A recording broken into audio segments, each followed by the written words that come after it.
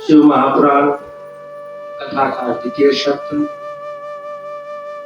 भूत भवन भगवान की कथा में प्रवेश करने से पहले अपने मन और वाणी को पवित्र करते हुए आप सब लोग मेरे साथ ज्यादा नहीं, सिर्फ 1 मिनट का ओम नमः शिवाय, ओम नमः शिवाय, हरे हरे भोले नमः शिवाय, ओम नमः शिवाय, ओम नमः शिवाय, हरे हरे भोले नमः शिवाय, ओम नमः शिवाय, ओम नमः शिवाय, हरे हरे भोले नमः शिवाय, ओम नमः शिवाय, ओम नमः शिवाय, हरे हरे भोले नमः शिवाय, ओम नमः शिवाय, ओम नमः शिवाय, हरे हरे भोले नमः शिवाय। हर हर महादेव, हर हर महादेव, हर हर महादेव। भूत भवन भगवान शिव की कथा में कल हम लोगों ने श्रवण किया कि भगवान शिव अग्नि स्तंभ के रूप में भगवान भोलेनाथ प्रकट हुए।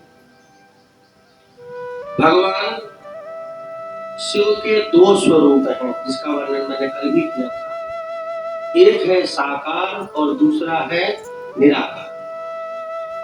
साकार रूप में हम गौरी शंकर के साथ भगवान की पूजा करते हैं जो मूर्ति के रूप में है, और निराकार के रूप में हम भगवान गौरी शंकर की ही शिवलिंग के रूप में पूजा करते हैं। उसमें भी दोनों ही हैं, गौरी शंकर भगवान ही हैं, लेकिन वो निराकार रूप है भगवान का। और भगवान शिव स्वयं कहते हैं कि मेरे साकार रूप से ज्यादा निराकार रूप की प्रधानता है। इसीलिए आप खुद अपने जीवन में अनुभव कीजिए कि उन शंकर जी के से ज्यादा पूजा आप लोग इस शिवलिंग की करते हैं। जल यहीं चढ़ता है, भगवान का पूजन हम निराकार शिवलिंग की करते हैं। सूत जी से शौनक जी ने प्रश्न किया कि प्रभु जो ज्योतिर्लिंग स्थापित हुआ था दोनों के बीच में, उसका क्या हुआ और उसके बाद फिर भगवान की पूजा का क्रम कैसे आगे बढ़ा। सूत जी कहते हैं भगवान शिव का जो अग्नि स्तंभ का जो ज्योतिर्लिंग था, हम लोग ज्योतिर्लिंग 12 ज्योतिर्लिंग को मानते हैं। 12 ज्योतिर्लिंग तो हैं, उनसे अलग है ये भगवान शिव का प्रथम ज्योतिर्लिंग जिसकी कल कथा आप लोगों ने सुनी, जो अग्नि स्तंभ का रूप है। यह आज के समय में अगर स्थान के लिए बताएं तो यह आज के समय में वो ज्योतिर्लिंग जो प्रकट हुआ था ब्रह्मा और विष्णु के मध्य में, वह आज के समय में तमिलनाडु में स्थित है। और शिव भगवान शिव ने उसके आकार को छोटा किया और आज भी वह आदि शिवलिंग के नाम से वहां पर विख्यात है, प्रख्यात है। लोग उसका पूजन करते हैं, दर्शन करने के लिए जाते हैं। आज भी वह भगवान शिव का शिवलिंग विराजमान है। शौनकादि ऋषियों ने प्रश्न किया कि प्रभु भगवान शिव के और भी कितने स्वरूप हैं। तो शिवलिंग शिव महापुराण के अनुसार 182 प्रकार के होते हैं, लेकिन मुख्यतः जो उपलब्ध हैं, जो पाए जाते हैं, वो 8 तरह के। और उनमें भी अब जो शिवलिंग हैं वो सारे निर्मित हैं, बनाए जाते हैं। तो तकरीबन सबका आकार स्वरूप भिन्न भिन्न होते हुए भी एक तरह का ही बनता है। जो सबसे प्रमुख शिवलिंग है वो शिवलिंग वो है जिसकी ज्यादा मान्यता है, वह शिवलिंग जो स्वयंभू हो। स्वयंभू का मतलब होता है जो स्वयं अपने आप प्रकट हुआ हो। ऐसे शिवलिंग भी हैं जो धरती से स्वयं अपने आप प्रकट हुए हैं। मंदिरों में तो हम लोग प्रतिष्ठा करते हैं, पूजा करते हैं। कुछ शिवलिंग ऐसे हैं जो स्वतः ही प्रकट होते हैं, चाहे वो स्वप्न के जरिए हो या किसी के ढूंढने से मिले हो। अगर आप लोग माँ वैष्णो देवी गए हो तो वहां से थोड़ा सा और आगे जाओ तो भगवान शिव का एक धाम है जिसका नाम है शिवखोड़ी। अब वहां की कथा सुनो तो कहते हैं कोई चरवाहा था, वो बकरी चरा रहा था, उसकी बकरी वहां चली गई, ढूंढा तो वहां पे भगवान का शिवलिंग मिल गया। तो लेकिन वो किसी ने निर्मित तो नहीं किया, किसी ने बनाया नहीं, वो प्राकृतिक है, स्वयं उत्पन्न हुआ है। जैसे आज भी एक सबसे बड़ा चमत्कार है, अभी यात्रा चल रही है अमरनाथ जी की, स्वयंभू निर्मित है, अपने आप बनता है और अपने आप ही। देखिए सबसे बड़ा चंबा, अमरनाथ के शिवलिंग का सबसे बड़ा चंबा प्रचंड गर्मियों में निर्माण होता है और जब सर्दियां आती हैं तो पिघल जाता है। बाकी जितने भी अगर आप बर्फ का सोचो, सर्दी में बर्फ जमाओ जल्दी जमती है, गर्मी में जमाओ तो समय लगता है ना, वहां उल्टा है। अभी प्रचंड गर्मी पड़ रही है और 1 महीना पहले शिवलिंग निर्माण हो चुका था।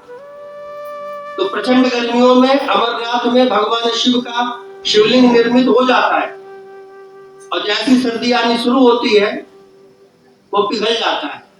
तो ये उसकी लीला है, ये स्वयं निर्मित है। तो जो स्वयं निर्मित शिवलिंग है वो सबसे ज्यादा प्रभावशाली होते हैं, उनका पूजन, उनका दर्शन बहुत महत्वदायक माना गया है। एक होते हैं देव निर्मित,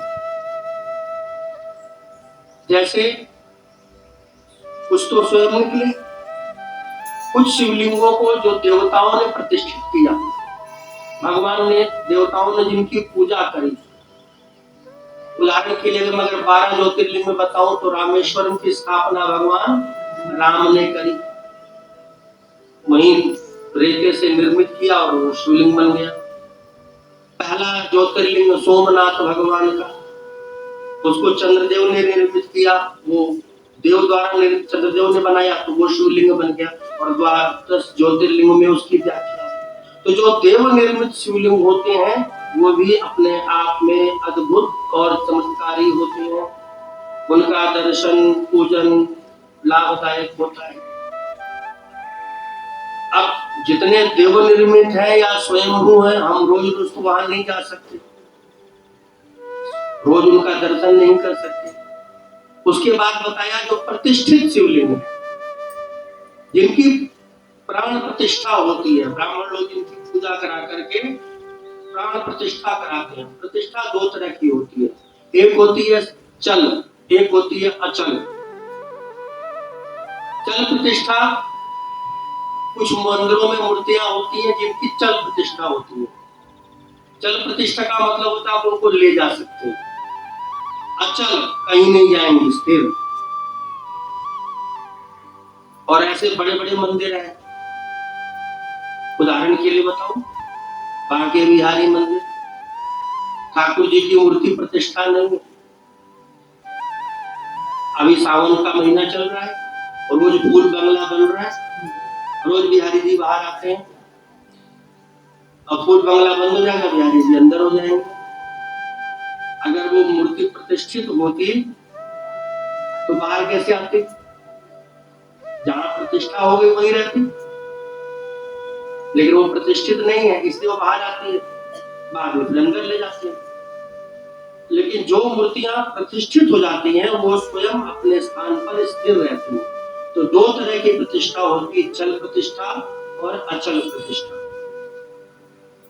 मंदिरों में हम लोग जहाँ रहते हैं आसपास कहीं भी कॉलोनियों के जितने भी मंदिर होते हैं, नगरों के जो मंदिर होते हैं, वहां पर भगवान शिव की प्रतिष्ठा की जाती है और प्रतिष्ठा से ही फिर उनका पूजन आम पब्लिक के लिए खुल जाता है, लोगों को वहां करना चाहिए। प्रतिष्ठित शिवलिंग की पूजा करने से अनंत गुना फलों की प्राप्ति होती है। शिवलिंग हम लोग अपने घर में भी रख सकते हैं, ऐसा नहीं है नहीं रखना चाहिए, लेकिन उसकी सेवा करनी, उसका भाव रखना पड़ेगा।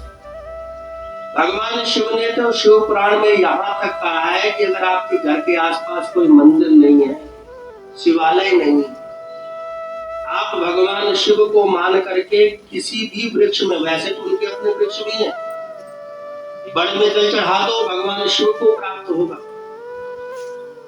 लेकिन शिव पुराण का एक प्रसंग है, उसमें आता है कि आप भगवान शिव का ध्यान करके और यदि आपके पास कहीं कोई वृक्ष नहीं मिल रहा है, कोई शिवालय नहीं है, कोई मंदिर नहीं है, तो आपके घर के गमले में भी यदि कोई वृक्ष है ना, उसमें भी भगवान का स्वरूप का ध्यान करो और जल चढ़ा दो, वो मिल जाएगा। क्योंकि वो प्रकृति का स्वरूप है। प्रकृति किसकी बनाई हुई है? भगवान की, प्रकृति का ही स्वरूप है। और इसीलिए हमारे यहाँ हिंदू धर्म में आज भी वृक्षों में, पौधों में जल देने का विधान है। वैसे तो बड़ का पौधा जिसको बरगद कहते हैं, भगवान शिव का पूर्ण स्वरूप है। पीपल को भगवान विष्णु का स्वरूप माना जाता है। पीपल में तो सारे देवता वास करते हैं, ब्रह्मा जी भी हैं, महेश जी भी हैं पीपल के मध्य में, इनमें सभी देवताओं का वास है, खाली शनि देवता का ही नहीं है, सबका वास है। जिस रूप में मान के आप जल चढ़ाओगे, उसी स्वरूप में वो जल उनको प्राप्त होगा। इसलिए भगवान का नाम का स्मरण करते हुए आप इनमें से किसी को भी जल अर्पित कर सकते हैं, चढ़ा सकते हैं। भगवान भोलेनाथ के शिवलिंग के अलावा, ये स्वयंभू है, पत्थर के हैं, उसके अलावा स्फटिक का शिवलिंग, पारे का शिवलिंग, अष्ट धातु होते हैं, अष्ट धातु का शिवलिंग, ये सभी प्रकार के शिवलिंग उपलब्ध हैं, जिनमें आप भगवान की पूजा कर सकते हैं। पत्थर के जो शिवलिंग हैं, उनके साथ एक जुड़ा हुआ है कि अगर वो अंगुष्ठ मात्र से बड़ा शिवलिंग है, तो उसकी प्रतिष्ठा किए बिना पूजा नहीं करनी चाहिए। उसके बाद पहले प्रतिष्ठा करें, उसके बाद उसकी पूजा करें। और जो धातु के शिवलिंग है, चाहे वो पारे का शिवलिंग है, स्फटिक का शिवलिंग है, अष्ट धातु का शिवलिंग है, पीतल का शिवलिंग है, चांदी का शिवलिंग है, उनको आप कभी भी किसी देवस्थान में किसी भी तरह कहीं भी रख करके आप उनका पूजन कर सकते हैं।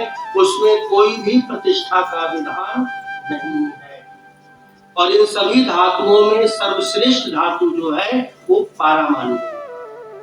पारे का शिवलिंग विशेष भगवान शिव को प्रिय है, जिसको पारद शिवलिंग कहा जाता है, भगवान शिव को अत्यंत प्रिय है। इनमें से जो भी आपको उपलब्ध हो, इनमें आप भगवान शिव का पूजन कर सकते हैं। भगवान को पूजा में, पूजा का क्रम, सर्वप्रथम भगवान को स्नान कराना चाहिए। स्नान कराने के बाद भगवान के ऊपर वस्त्र आच्छादित किया जाता है। अब स्नान भी कई प्रकार के होते हैं। भगवान को आप नर्म सीधे सरल भाव में कहें तो जल का स्नान भगवान को अत्यंत प्रिय है। लेकिन उसके अलावा बहुत से लोग खाली दूध भी चढ़ाते हैं साथ में। लेकिन एक निवेदन करूंगा, जब भी आप जल चढ़ा रहे हैं वो तो ठीक है, लेकिन जल के साथ यदि आप कोई वस्तु भगवान के ऊपर अर्पित कर रहे हैं, जैसे किसी ने दूध चढ़ाया तो दूध चढ़ाने के बाद फिर भगवान के ऊपर जल भी चढ़ाया कीजिए। दही चढ़ा रहे हैं तो दही के बाद जल भी चढ़ाइए। नियम ये है, पंचामृत से भगवान का स्नान होता है। दूध, दही, घी, शहद और गुड़, ये 5 अमृत हैं। इनको ही पंचामृत कहा गया है। लेकिन ये 5 अमृत आप भगवान के ऊपर अलग अलग भी निवेदित कर सकते हैं, इकट्ठा भी निवेदित कर सकते हैं। आप छोटे पात्र में पंचामृत बना करके लाइए और भगवान के ऊपर चढ़ा दीजिए। गंगा जल ऊपर से आप उसमें डाल सकते हैं, गंगा जल पंचामृत में नहीं आता। तुलसी पत्र यदि शिव भगवान का पूजन है तो नहीं डलेगा। नारायण का है, राम जी का है, कृष्ण का पूजन है, हनुमान जी का है, उसमें आप तुलसी पत्र डाल सकते हैं।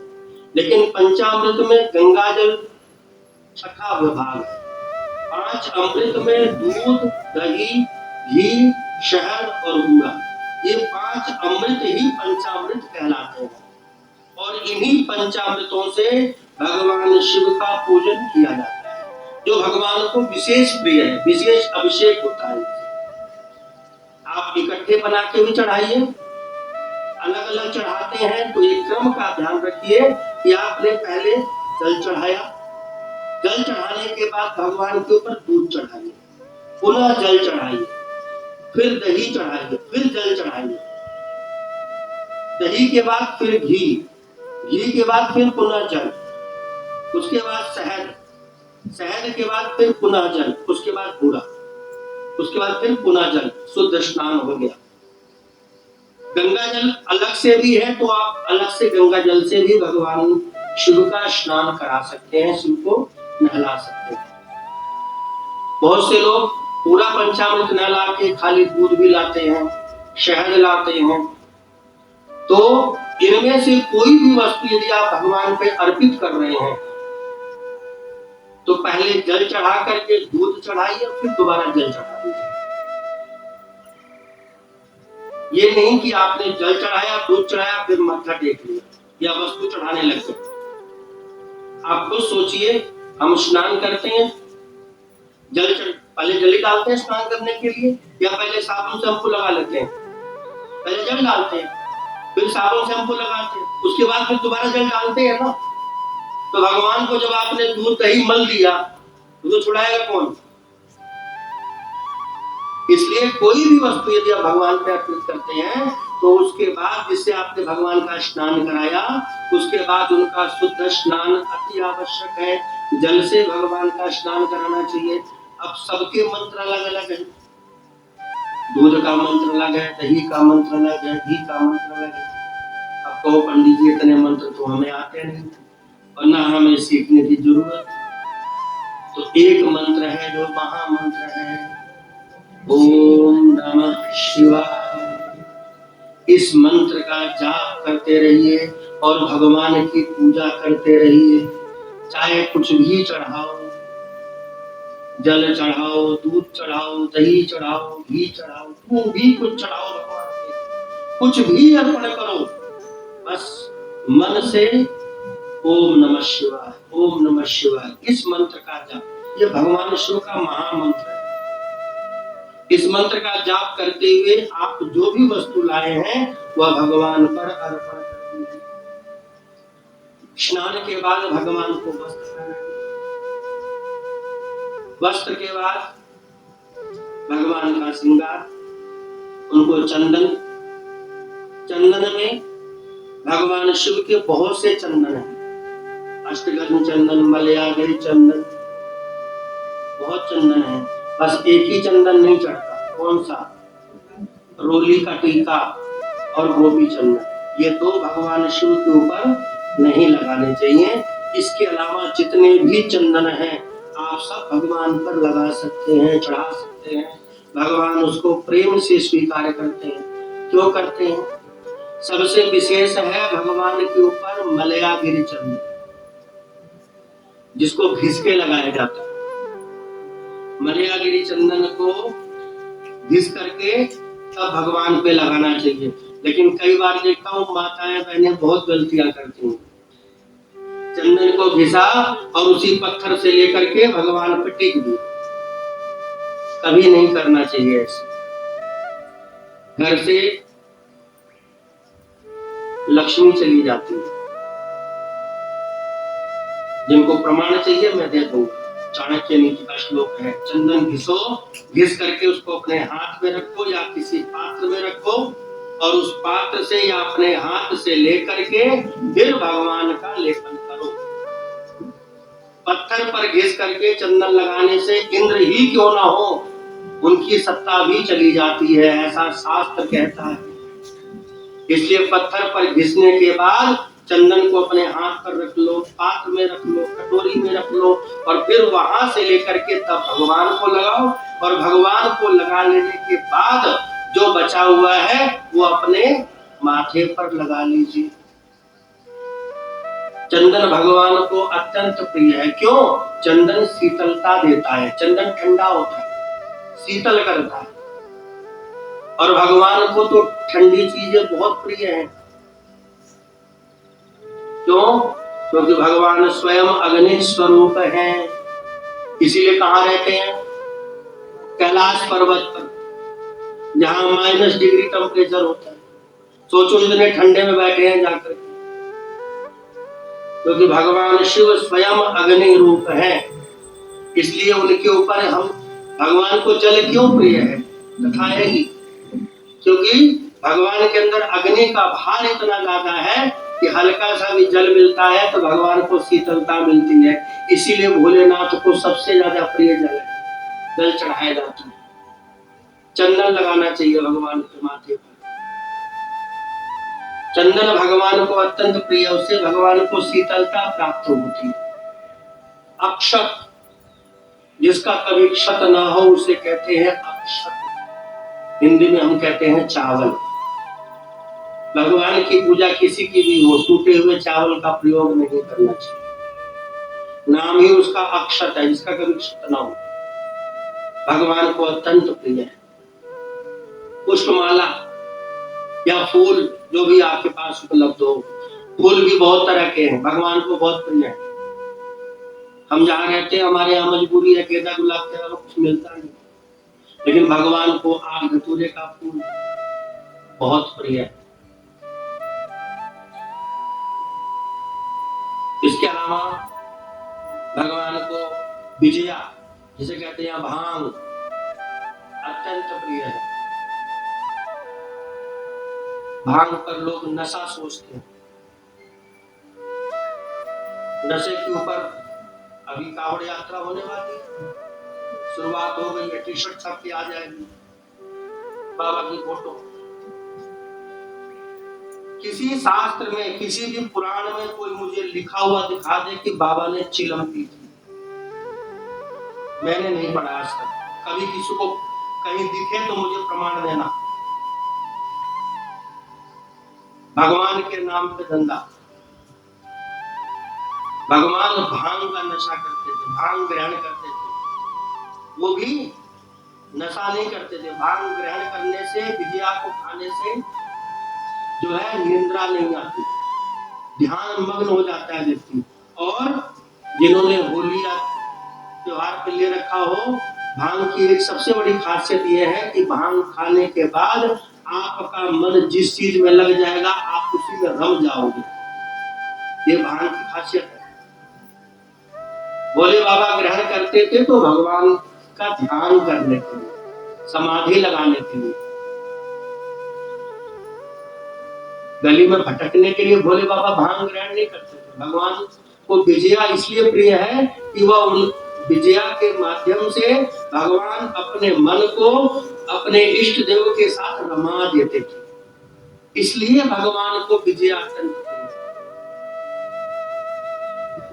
कभी प्रयास करो भगवान का ध्यान करने, भगवान का ध्यान मन न लग रहा हो, विजया ग्रहण करो, बेतुफुल लगता नहीं लगता। लेकिन खाना पीना नहीं है। खाना पीना शुरू कर दिया तो खाते ही रहोगे, सो गए तो सोते ही रहोगे, क्योंकि उसको लेने के बाद मन जिधर चला गया उधर ही रहेगा। ये उसकी खासियत है, प्रधानता है। भगवान तो आग धतूरा भी खाते थे, वो खा के देखो। भगवान तो गले में वो भी रखते थे। भगवान ने तो जहर भी पिया था, जरा एक बार ट्राई करो।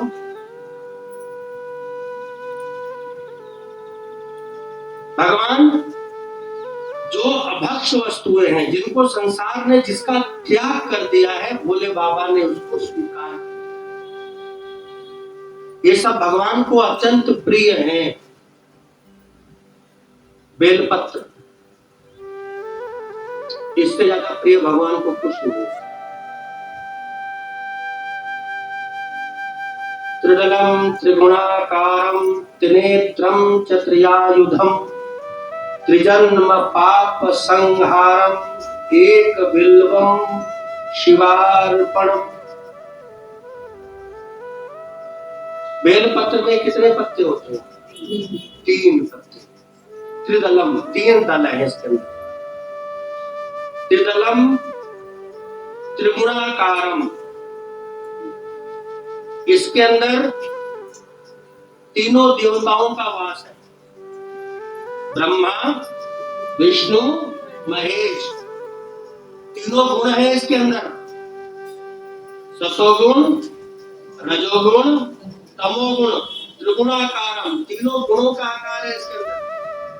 त्रिदलम त्रिगुणाकारम त्रिनेत्रम, भगवान शिव का त्रिनेत्र भी है ये। त्रिनेत्रम च त्रयायुधम, तीनों देवताओं का आयुध भी इसके अंदर है। ब्रह्मा जी का ब्रह्मास्त्र, नारायण का नारायणास्त्र और भोले बाबा का पाशुपातास्त्र, ये तीनों आयुध इसके अंदर विराजमान है। आप कहो तो ब्रह्मा जी का कमंडल, विष्णु जी का सुदर्शन चक्र और नारायण का त्रिशूल, ये तीनों इस बेलपत्र में समाहित हैं। इसको इतना साधारण मत समझिए। त्रिदलम त्रिगुणाकारम त्रिनेत्रम च त्रयायुधम, और करता क्या है ये? त्रिजन्म, 3 जन्म, 1 2 नहीं, 1 2 4 दिन नहीं, त्रिजन्म पाप संहारम एक बिल्वम शिवार्पणम, सिर्फ एक बेलपत्र भाव श्रद्धा पूर्वक यदि आप भगवान पर चढ़ा देते हैं तो आपके 3 जन्मों के पापों का विनाश कर देता है। बताओ कोई ऐसी वस्तु है जो प्रिय हो भगवान को इससे ज्यादा? रुद्राक्ष भी नहीं है, जो कि रुद्राक्ष तो स्वयं भगवान की आंख से पैदा हुआ है, अक्षरों से पैदा हुआ है, इसलिए उसका नाम रुद्राक्ष है।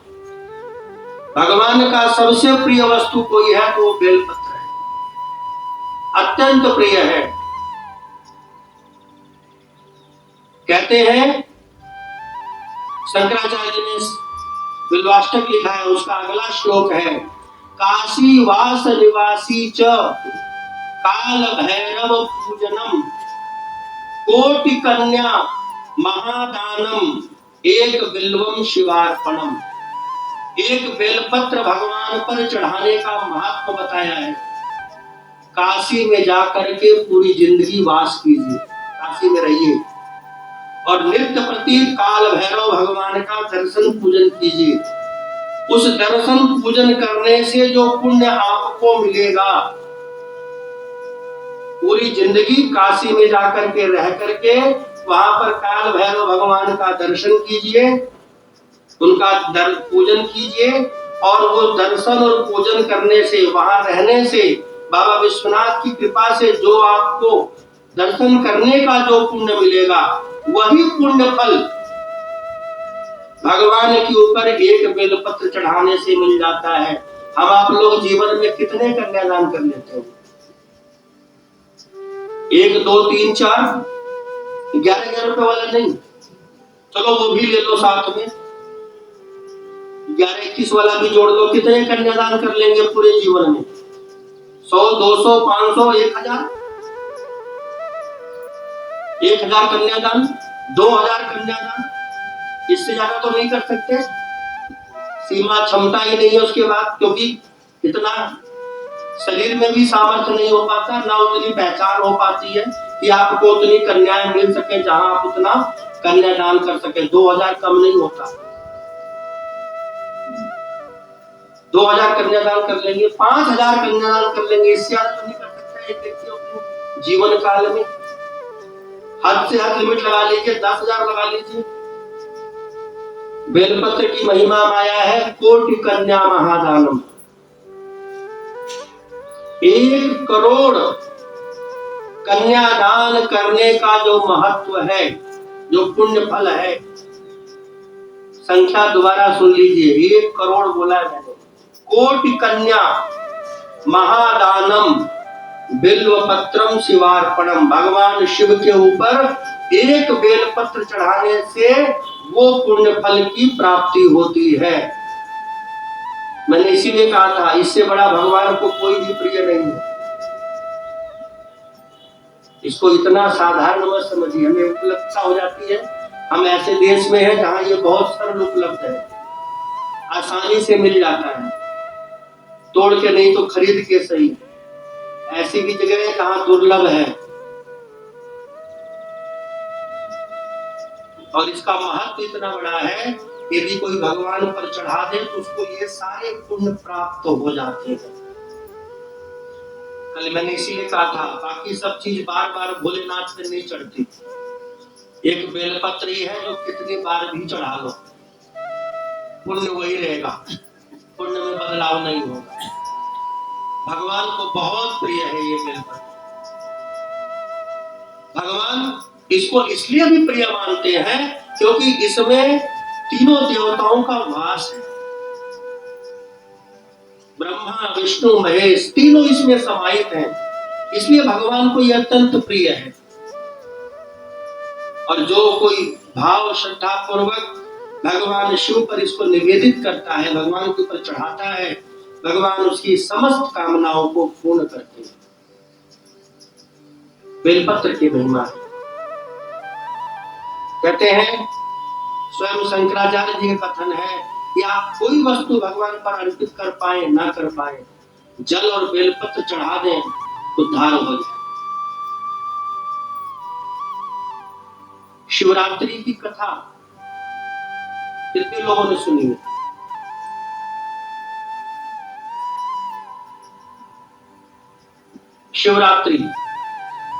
शिवरात्रि पर रात को बहेलिये ने भोलेनाथ के ऊपर केवल बेलपत्र और जल ही चढ़ाया था। 4 पहर में याद आया, सरोवर के किनारे बेलपत्र के पेड़ के ऊपर धनुष बाण लेके बैठा था शिकार करने के लिए। अब याद आ गया सबको, याद। उसने भगवान का पूजन नहीं किया था, भगवान का नाम नहीं लिया था। उसको तो ये भी नहीं पता था कि जिस पेड़ पर मैं बैठा हूं उसके नीचे शिवलिंग है। वो तो केवल शिकार के इंतजार में था, धनुष और बाण लेकर के। बाण की प्रत्यंचा चढ़ाता, पत्ता टूट करके नीचे गिरता, भोलेनाथ पर चढ़ जाता, भोलेनाथ प्रसन्न। नाम ही है भोले बाबा। भोले बाबा प्रसन्न, और प्रसन्न हो गए, वरदान दे दिया, खुश हो गए उसके ऊपर। पूजा भी नहीं करी फिर भी खुश हो गए, बिना पूजा किए हुए प्रसन्न हो गए। खाली बेलपत्र और जल की कुछ बूंदें भगवान के ऊपर गिरी और भगवान प्रसन्न हो गए। चढ़ाने वाले को भी नहीं पता कि मैंने क्या चढ़ाया है, लेकिन जिसके ऊपर चढ़ा उसको पता है कि मेरे भगत ने चढ़ाया, जबकि भगत है नहीं, फिर भी चढ़ गया और भगवान प्रसन्न हो गए। क्यों? क्योंकि दिन कौन सा था? शिवरात्रि। शिवरात्रि पर एक भ्रम है, पहले वो दूर कर दो। जो कथा मैंने कल आप लोगों को सुनाई थी ना, ब्रह्मा और विष्णु वाली, जिस दिन भगवान उस ज्योतिर्लिंग के रूप में प्रकट हुए थे, वो दिन था मार्गशीर्ष महीने की आद्रा नक्षत्र। और जिस दिन ब्रह्मा और विष्णु ने उसका पता लगाया था, और जब आकर के ब्रह्मा जी ने झूठ बोला तो भगवान शिव स्वयं उससे शिवलिंग जो ज्योतिर्लिंग था उसे जब बाहर आए थे, वो दिन था शिवरात्रि का। वो दिन शिवरात्रि का था। भगवान शिव का जो ज्योतिर्लिंग है लिंग रूप की जो स्थापना हुई है वो शिवरात्रि के दिन हुई। शिवरात्रि के दिन से ही भगवान के निराकार रूप की पूजा संसार में प्रसिद्ध हुई। इसलिए भगवान को शिवरात्रि अत्यंत प्रिय है। शिव महापुराण में भी कहीं वर्णन नहीं है कि शिवरात्रि को भगवान शिव का विवाह हुआ था, नहीं है। अभी कथा आगे आएगी। भगवान शिव का विवाह शिवरात्रि पर नहीं हुआ था। कथा में आएगा, प्रसंग बताऊंगा कब हुआ था, महिला भी, लेकिन शिवरात्रि पर नहीं हुआ था। शिवरात्रि के दिन भगवान शिव का ये ज्योतिर्लिंग जो है ये उत्पन्न हुआ था, ये प्रकट हुआ था। शिवरात्रि पर भगवान का विवाह नहीं हुआ था, भ्रम है। बहुत जगह पालकी निकलती है, शोभा बारात निकाली जाती है, लेकिन शिव महापुराण में कहीं वर्णित नहीं है कि शिवरात्रि वाले दिन भगवान का विवाह हुआ, वर्णन नहीं है।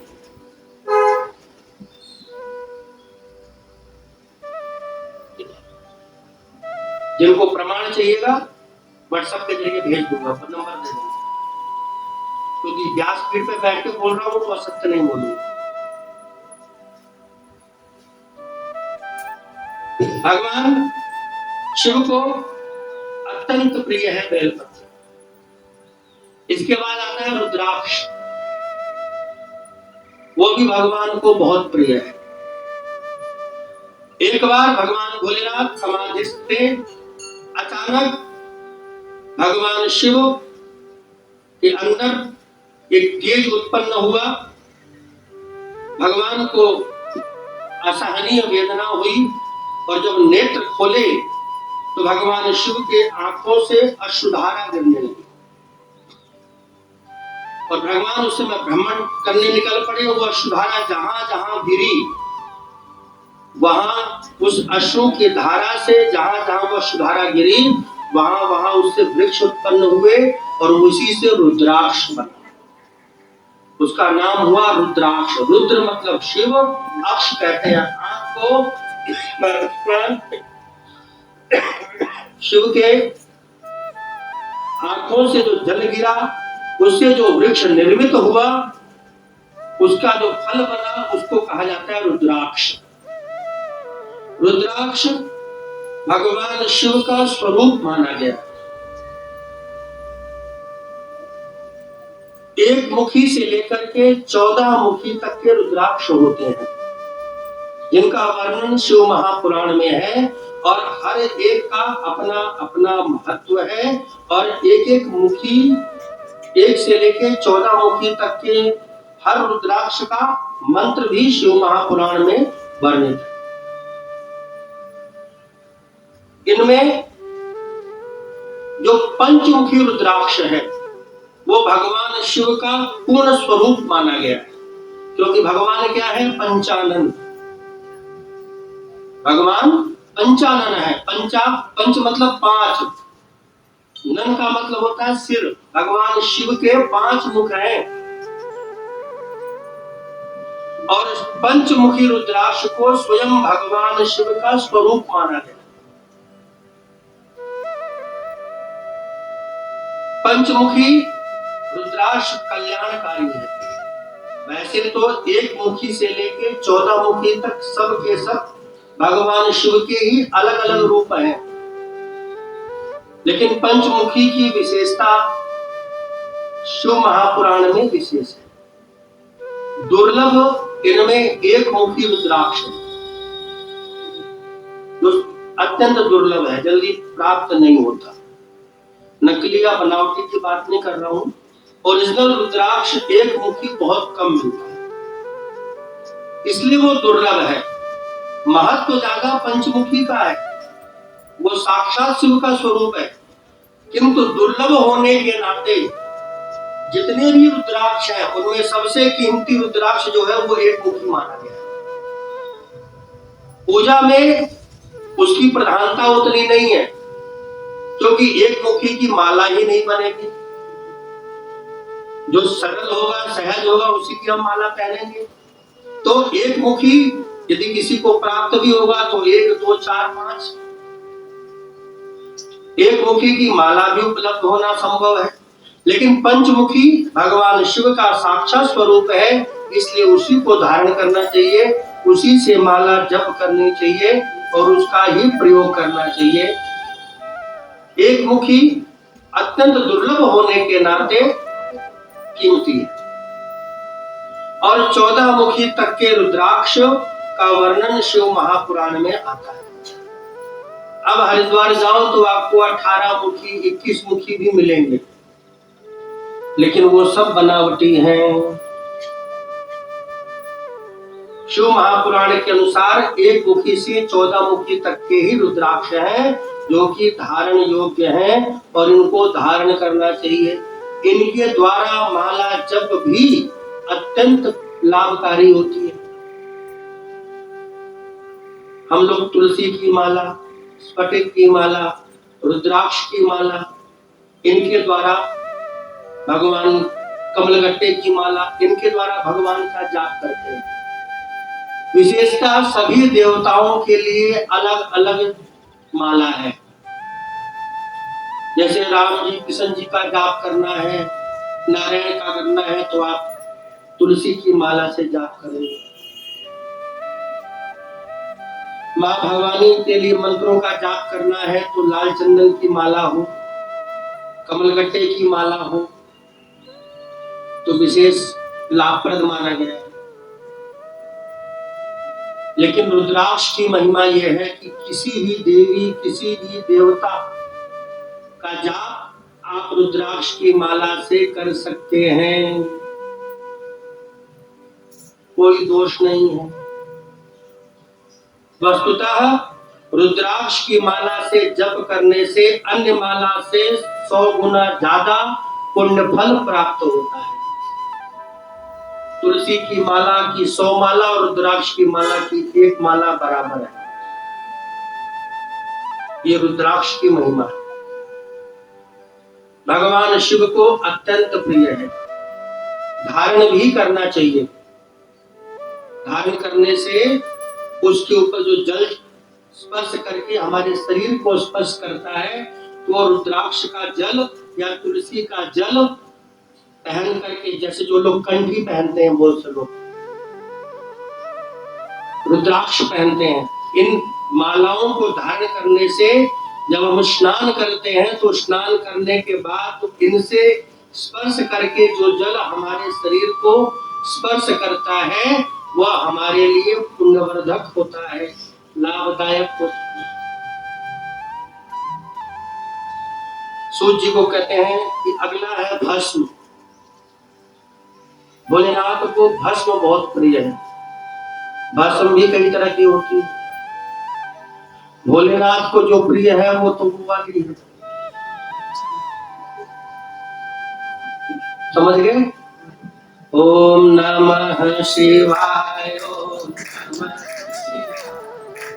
हर हर भोले नमः।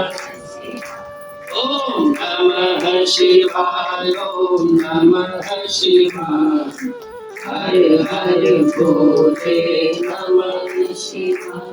ओम नमः शिवाय, ओम नमः शिवाय, हर हर भोले नमः शिवाय। ओम नमः शिवाय, ओम नमः शिवाय, हर हर भोले नमः शिवाय।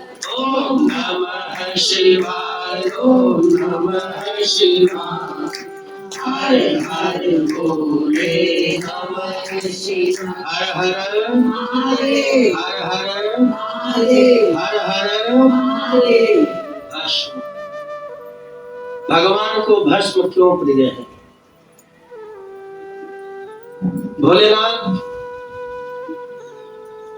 सत्य है, सनातन है।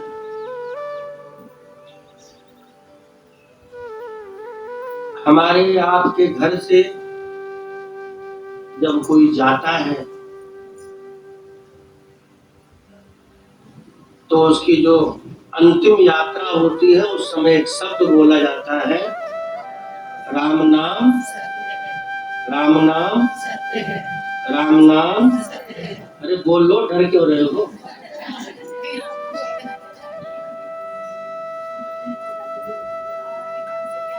और जब वो शव यात्रा किसी की भी निकाली जाती है तो ये शब्द अवश्य बोला जाता है। कुछ जगह इन्हीं शब्दों में भगवान के अन्य नामों को जोड़ा जाता है। हरि का नाम सत्य है, कृष्ण का नाम सत्य है, केशव का नाम सत्य है, माधव का नाम सत्य है। क्योंकि ब्रज क्षेत्र में भी रहा हूं तो वहां राम नाम जरूर बोला जाएगा, लेकिन साथ में ये भी जोड़ा जाता है क्योंकि वो ब्रज क्षेत्र है तो वो अपने कन्हैया को क्यों छोड़ दे, तो उनका नाम भी बीच में जोड़ देते हैं। हरि का नाम सत्य है। अब हम लोग तो खाली एक ही लाइन बोलते हैं, राम नाम सत्य है, लेकिन वहां वाले बोलते हैं हरि का नाम सत्य है। तो भगवान का नाम तो वो भी है। ये कौन सुनता है? जब लेकर के जा रहे होते हैं तो ये शब्द को श्रवण कौन करता है? जिसको ले जा रहे होते हैं उसका सूक्ष्म शरीर, उसका स्थूल शरीर, वो उसको ग्रहण करता है। हम जब लेकर के किसी को यहाँ से और शमशान घाट तक की यात्रा करते हैं तो ना चाहते हुए भी जब कोई बोल रहा होता है तो बीच में तो मुंह से निकलता ही है, नहीं कुछ निकलेगा तो सत्य है तो इंसान बोलता ही।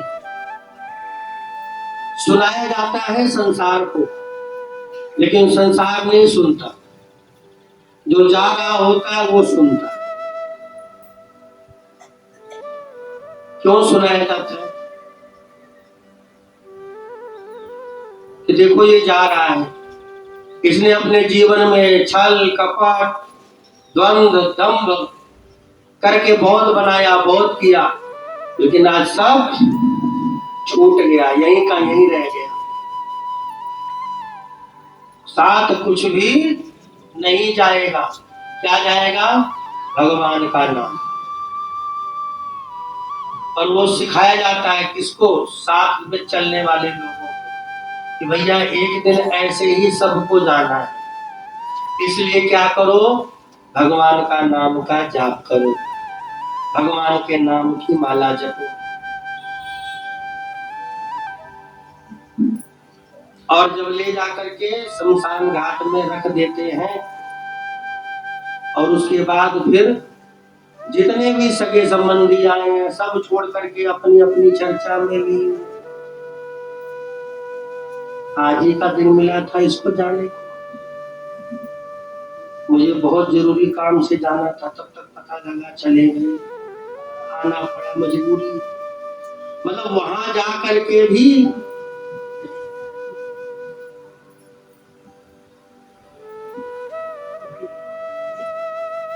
और कोई छुट्टी वाले दिन चला गया, एक ही छुट्टी मिलती है वो भी चली गई,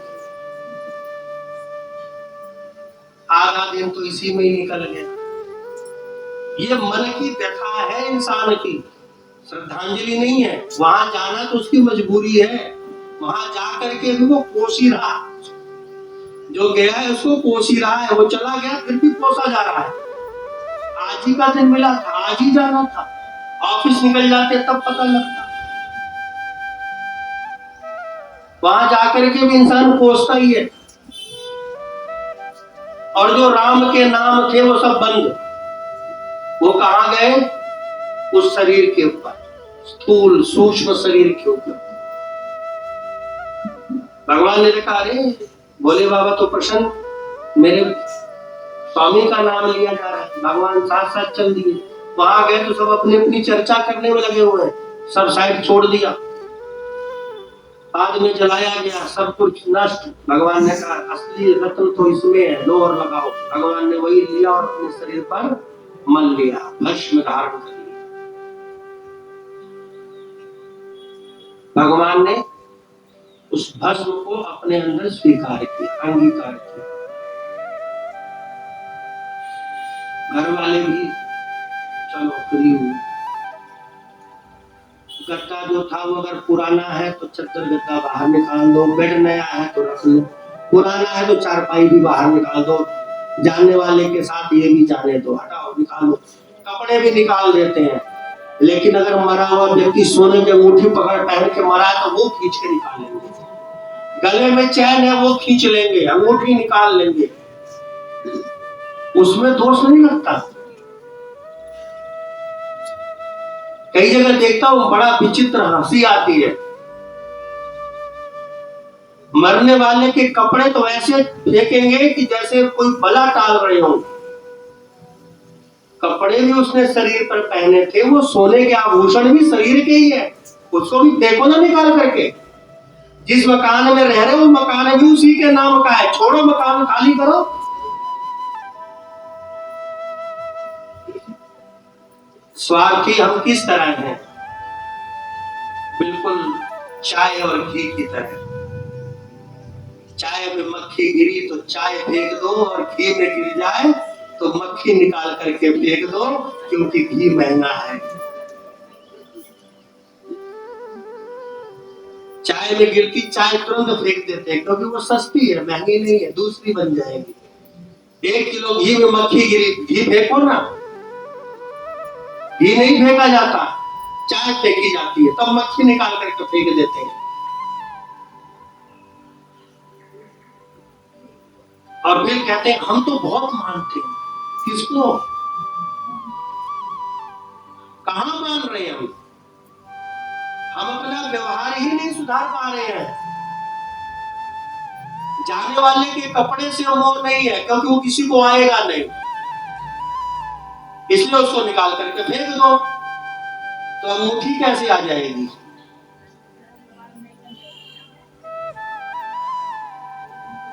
तरीका पता है, नहीं बन जाए। हर हर हर हर हर हर।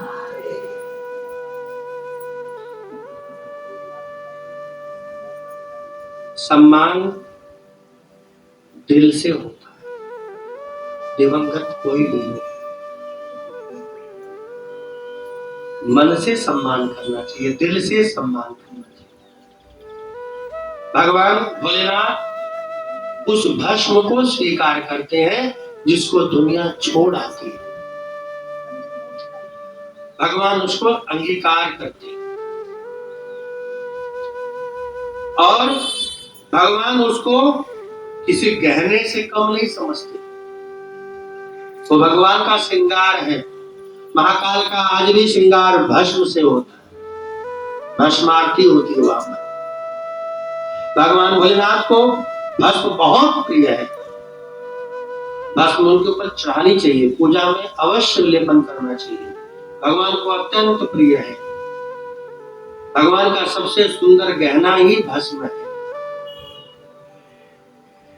माँ पार्वती वाली कथा सुन चुके हैं, दोबारा सुना देता हूं। एक बार माँ पार्वती अपनी सहेली से मिलने गई, जैसे आप लोग जाते हैं। तो माँ पार्वती की सहेली कौन? लक्ष्मी जी, लक्ष्मी मैया। भाई देवियों की तो देवियां ही होंगी। अब माता पार्वती भोलेनाथ के साथ रहती थी, तो भोले बाबा कैसे फक्कड़ स्वभाव थे, तो माँ पार्वती जी भी वैसी रहा करती थी। एक दिन लक्ष्मी जी ने देखा पार्वती जी आई हैं, तो टोक दिया, मैं कोई सोने का आभूषण नहीं पहन, नाक कान में कुछ डाल लिया, मंगलसूत्र ही पहन लिया। माँ पार्वती ने कहा मेरे बाबा को पसंद नहीं, और सच में पसंद नहीं।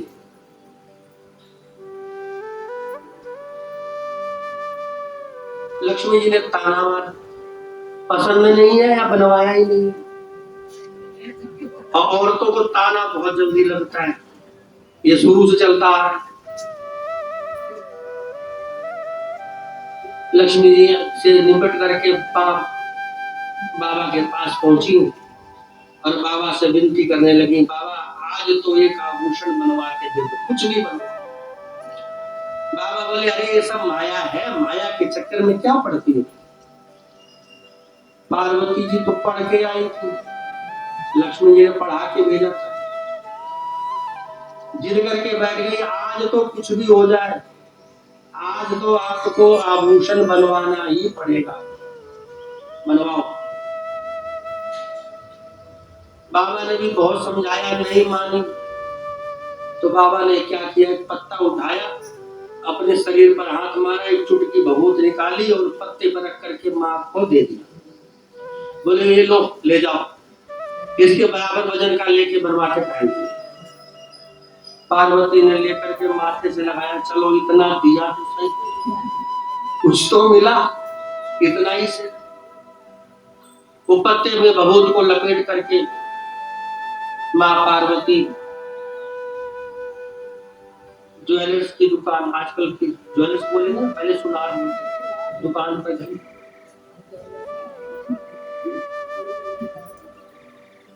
भैया इसके बदले कोई सोने की वस्तु दे दो। उसने देखा एक चुटकी भभूत, इसमें क्या है। उसने डब्बा खोला, एक नाक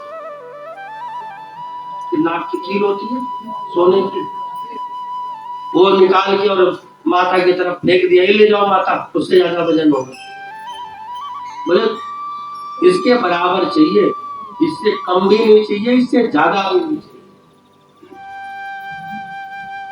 सुनार ने तराजू पर भभूत का पत्ता रखा, दूसरी तरफ 1 कील, 2 कील, 4 कील, पूरा डब्बा रख दिया। 1 सेट, 2 सेट, 4 सेट, पूरी दुकान रख दी। भभूत वाला पड़ रहा भारी और उसकी पूरी दुकान हल्की हो गई। माँ पार्वती ने कहा, भैया तेरे से नहीं ले सकती, तेरे पास तो इसके बराबर का है ही नहीं। अपनी भभूत की पुड़िया उठाई और नगर का जो सबसे बड़ा सुनार था उसकी दुकान पर पहुंच गई। वहां जाकर के उससे भी वही कहा, उसने शुरू में वही एक सिक्का फेंका, अंत में उसकी भी पूरी दुकान चढ़ गई, लेकिन भभूत के बराबर नहीं हुआ। नगर नगर घूम लिया, किसी के पास उस भभूत के बराबर स्वर्ण नहीं मिला, सोना नहीं मिला। अंत में माँ ने सोचा कि साक्षात लक्ष्मी तो स्वयं स्वर्ण आभा है, उन्हीं के पास चलते हैं, उनके पास तो स्वर्ण का भंडार है। माँ भगवती माँ लक्ष्मी के पास गई और जाकर के कहा, बहन तुम्हारे कहने से मैंने बाबा से कहा, तो बाबा ने ये एक चुटकी भभूत दी है, इसके बराबर मुझे सोना दे दो तो मैं भी बनवा करके पहन लूं। माँ लक्ष्मी ने अहंकार वश होकर के एक सोने का सिक्का माँ की तरफ, ये तुम्हारे भभूत से ज्यादा वजनदार होगा। माँ ने कहा ऐसे नहीं, तौल के लूंगी, तौल के ही चाहिए, कम भी नहीं चाहिए, ज्यादा भी नहीं चाहिए, जितना बाबा ने कहा उतना ही पहनूंगी। तोला तो 1 सिक्का, 2 सिक्का, जितना खजाना था वो सब खजाना। लक्ष्मी जी के यहाँ जितने भी धन के भंडार थे, कुबेर जी के यहाँ जितने धन के भंडार थे, वो सब ला करके तराजू पर रख दिया, लेकिन एक चुटकी भस्म का पलड़ा जो था वो नीचे रहा और सारा सोना हल्का हो गया, ऊपर पहुंच गया। अंत में जब लक्ष्मी जी के पास कुछ नहीं बचा, माँ पार्वती ने कहा, बस मेरे बाबा की एक चुटकी के बराबर भी तुम्हारे पास सोना नहीं है। माँ लक्ष्मी स्वयं तराजू पर चढ़ गई, तब भी तराजू हल्का का हल्का ही रह गया, वो एक चुटकी भभूत भारी पड़ गई। माँ पार्वती समझ गई, उन्होंने वो पत्ता उठाया और लक्ष्मी जी से कहा, हे देवी अब बताओ इस भभूत में ज्यादा वजन है या तुम्हारे अंदर वजन है। माँ लक्ष्मी भी लज्जित हो गई। माँ भवानी ने उसी समय उसी भभूत को लिया और अपने मांग में सजा लिया कि मुझे कोई स्वर्ण आभूषण की आवश्यकता नहीं है। आज मैं जान गई कि बाबा सच कहते हैं, यह सब माया ही तो है। अरे हम आप सोने के आभूषण रखते हैं, भोले बाबा ने तो माँ पार्वती के लिए सोने की लंका बनवाई थी। रावण को तो दक्षिणा में मिल गई थी, रावण की नहीं थी, ना रावण ने बनवाई थी, लंका तो भोले बाबा ने बनवाई थी मां जगत जननी के लिए, लेकिन गई किसके पास? रावण के पास। बाबा को भी पता था कि बनवा जरूर रहूं, लेकिन इसमें निवास नहीं होगा। हर हर हर हर हर हर। तो भगवान शिव को भस्म जो है अत्यंत प्रिय है। भस्म से भगवान शिव का श्रृंगार करने से भोलेनाथ बहुत प्रसन्न होते हैं। सूत जी शौनकादि ऋषियों से अगली कथा सुनाते हैं, और अगली जो कथा है वो नारद जी की। नारद जी कौन है? ब्रह्मा जी के पुत्र हैं नारद जी। नारद जी को दक्ष प्रजापति ने श्राप दे रखा है, वो एक जगह पर 2 घटी से ज्यादा नहीं टिक सकते, नहीं रुक सकते। और इतना ही नहीं, नारद जी के पैर में भी चक्र है और नारायण के पैर में भी चक्र है। एक कहीं टिकते नहीं है और दूसरे कहीं जाते नहीं है। उनके पैर में भी चक्र है। किसके? नारायण के। क्या करते हैं? भुजंग शयनम, सोते हैं। कहाँ? क्षीर सागर में। किसके ऊपर? शेषनाग के ऊपर शयन करते हैं। नारद जी एक बार भ्रमण करते हुए हिमालय की कंदराओं में, जहां से गंगा जी उत्पन्न हुई थी, वहां तलहटी में पहुंच गए। पर्वत की कंदराएं थी। जब वहां पहुंचे तो नारद जी ने वहां का जो दृश्य देखा, प्रकृति का स्वरूप देखा, वो नारद जी को बहुत प्रसन्नता हुई, बड़ा आनंद आया। प्रकृति के स्वरूप को देखकर नारद जी बड़े प्रसन्न हुए। एक तरफ गंगा जी की धारा बह रही है, दूसरी तरफ सुंदर प्रकृति के फूल खिले हुए हैं, पेड़ों पर पक्षी गुंजायमान हो रहे हैं, लताएं लटक रही हैं। ऐसे दृश्य को देख करके भगवान की याद आई। भक्त होगा, भक्त को भगवान की याद आती है। प्रकृति किसकी बनाई है? भगवान की। तो भक्त ने भगवान को याद किया। नारद जी ने मन में सोचा, इतना सुंदर वातावरण है, मां गंगा का तट है, इस जगह बैठ करके मन को आनंद प्राप्त हो रहा है, अच्छा लग रहा है, मन में अच्छी अनुभूति हो रही है, तो क्यों ना थोड़ी देर बैठ करके यहाँ पर भगवान का भजन किया जाए। नारद जी के मन में भाव है और तुरंत नारद जी उसी स्थान पर बैठ गए और भगवान का भजन करने लगे। भजन करते करते ध्यान से धारणा, और धारणा से नारद जी की समाधि लग गई। जो नारद जी 2 घटी से ज्यादा नहीं टिकते थे, वो नारद जी वर्षों तक तपस्या करने लगे, समाधि लग गई। अब जैसे उनकी समाधि लगी, इंद्र का इंद्रासन डोल गया। इंद्र घबरा गए, अपने परम मित्र कामदेव को बुलाया। बोले, कामदेव कुछ भी करो, नारद जी की समाधि टूटनी चाहिए। अगर इनकी तपस्या सफल हो गई तो हो ना हो, ये मेरी ही कुर्सी मांग ले,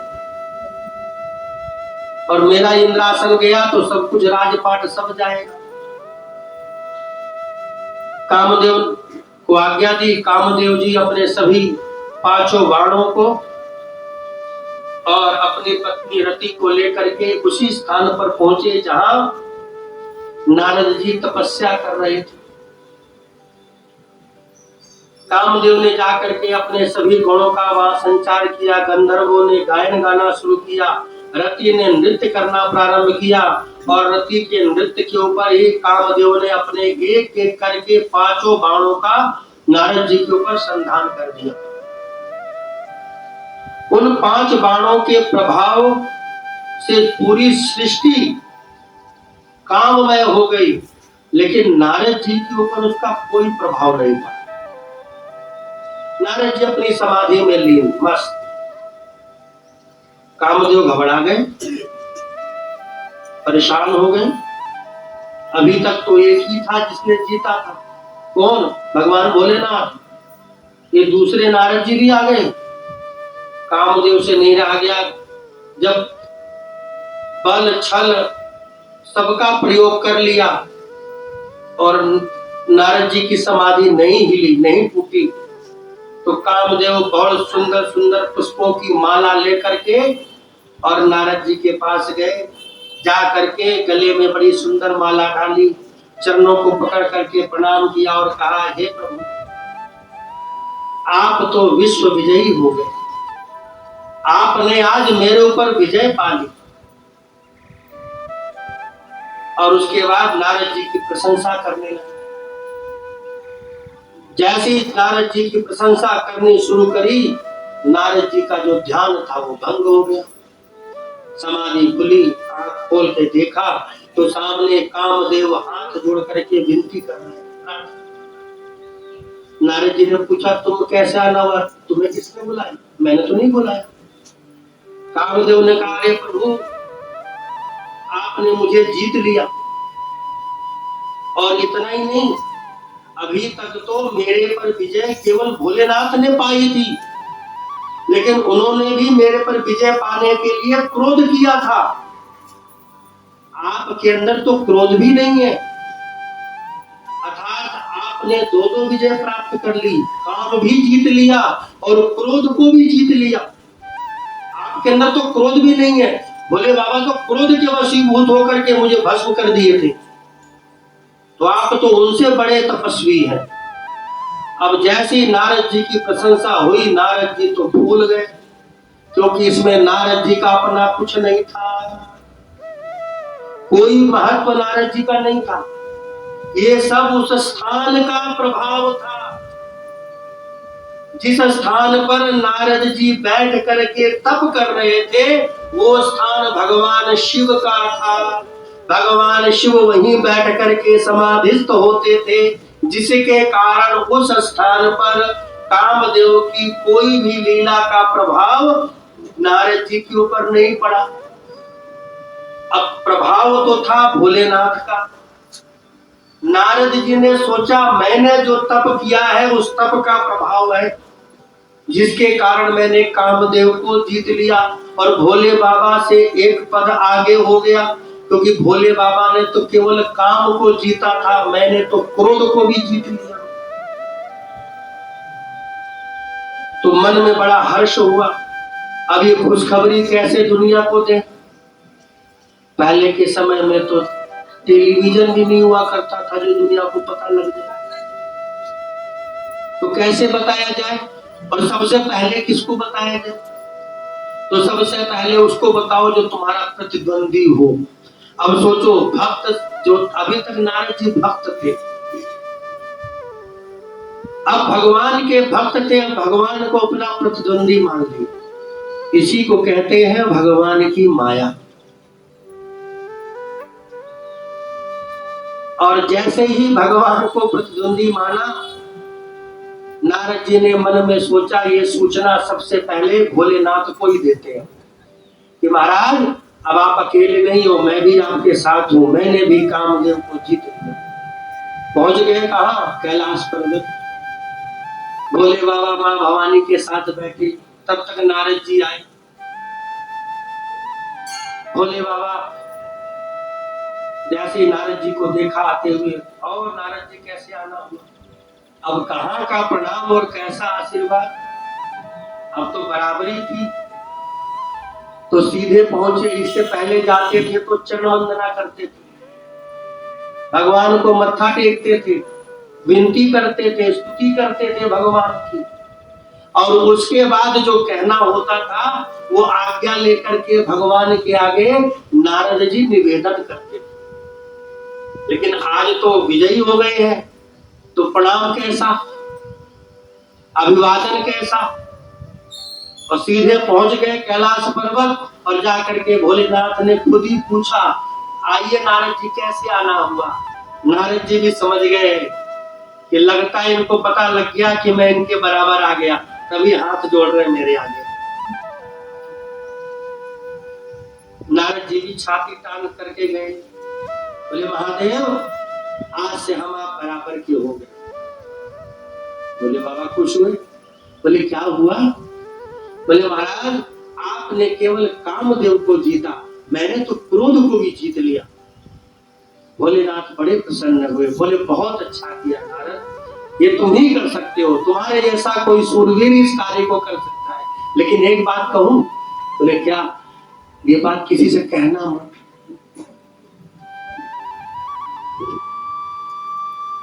किसी से मत कहना कि तुमने कामदेव को जीत लिया। अब नारद जी अपने मन में क्या सोच रहे हैं, अच्छा इनके बारे में तो सबको पता है कि इन्होंने कामदेव को जीत रखा है, मेरा तो मुझे ही पता है, अगर मैं किसी को बताऊंगा नहीं तो पता कैसे लगेगा। और कह रहे हैं किसी को कहना मत। और जब ये मन में सोचने लगे तो भगवान तो समझ गए क्या सोच रहे हैं। भगवान ने कहा चाहे और किसी से कह भी देना, लेकिन नारायण से बिल्कुल मत कहना, उनको बिल्कुल मत बताना। तो नारद जी ने पूछा यदि प्रसंग चल जाए तो, बात चल जाए तो, बात बात तो मुंह से निकलने लगे तो। भगवान ने कहा यदि प्रसंग आ जाए तब भी दुरा देना, मतलब हटा देना। प्रसंग आ भी जाए कभी वाणी पे जबान पे आ भी जाए भगवान के आगे तो इसका बखान मत करना, इसको नारायण के आगे बिल्कुल मत कहना। नारद जी समझ गए इनके मन में ईर्ष्या हो गई मेरे से, ये मेरे से द्वेष कर रहे हैं। अगर मैं किसी को बताऊंगा नहीं तो किसी को मेरे बारे में क्या पता लगेगा, और वो भी मैं अपने गुरु को ना बताऊं, जो मेरे भगवान है, जिनका नाम मैं दिन रात जपता हूं, उन्हीं को ना बताऊं। अच्छा ठीक है महाराज चलता हूं।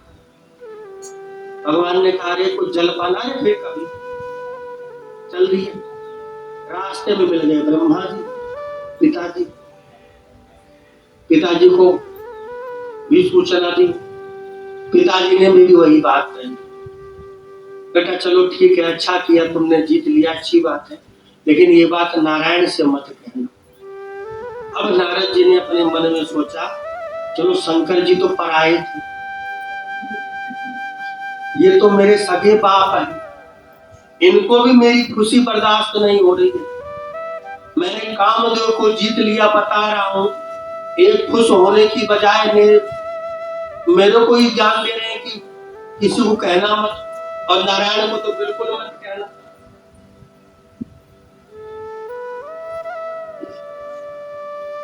बोले ठीक है। पिताजी को बोले ठीक है, और सीधे कहां पहुंचे, बैकुंठ। सीधे बैकुंठ पहुंचे, और जैसे ही बैकुंठ पहुंचे लक्ष्मी के साथ नारायण जी दरवाजे पर खड़े। आइए नारद जी आइए, आपका स्वागत है, बहुत दिनों बाद आना हुआ, कहां थे अभी तक। हाथ जोड़ करके। अब नारद जी की तो खुशी का ठिकाना नहीं, जिसको बताने से मना किया वो बैकुंठ का स्वामी पत्नी के साथ दरवाजे पर खड़ा होकर के मेरा स्वागत कर रहा है, और इतना प्रसन्न होकर के। भगवान ने भी पूरी कौत की है, भगवान पूरी माया। भगवान ने भी जैसे पैर पड़ने लगे भगवान ने पकड़ा और गले से लगा लिया। नारद जी ने भी मन में सोचा मेरा पद वास्तव में बड़ा हो गया है, मुझे भगवान ने प्रणाम भी नहीं करने दिया, गले से लगाया। मतलब गले से किसको लगाते हैं, बराबर वाले, मतलब मैं भगवान के बराबर आ गया। और उसके बाद भगवान ने हाथ पकड़ा और नारद जी को ले जा करके अपने आसन पर बिठा दिया। अब तो नारद जी और गदगद हो गए, और दिन तो खड़ा होकर के जो है भगवान के आगे स्तुति करता था, आज तो भगवान ने अपने ही आसन पर आसन दे दिया। वाह, काम विजय करने की कितनी बड़ी जो है विजय विभूति मिलती है, वो सम्मान मिलता है। नारद जी गदगद। भगवान ने पूछा कैसे आना हुआ? नारद जी ने कहा प्रभु आपके आशीर्वाद से मैंने कामदेव को जीत लिया। कामदेव तो कामदेव, भोलेनाथ से एक कदम आगे जाकर के मैंने क्रोध को भी जीत लिया।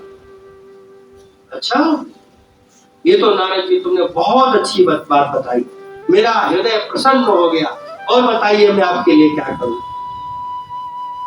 मेरा मन गदगद कर दिया तुमने। जब नारद जी की बड़ाई करने लगे, नारद जी अपने मन में सोचे बताओ, गुरु जी से बताने के लिए सबने मना किया था, ब्रह्मा जी ने मना किया, भोले बाबा ने मना किया, और इनको बताया, इनके जितना खुश तो कोई नहीं। इतने प्रसन्न है भगवान और इन्हीं से बताने के लिए मुझे मना कर दिया। नारद जी गदगद।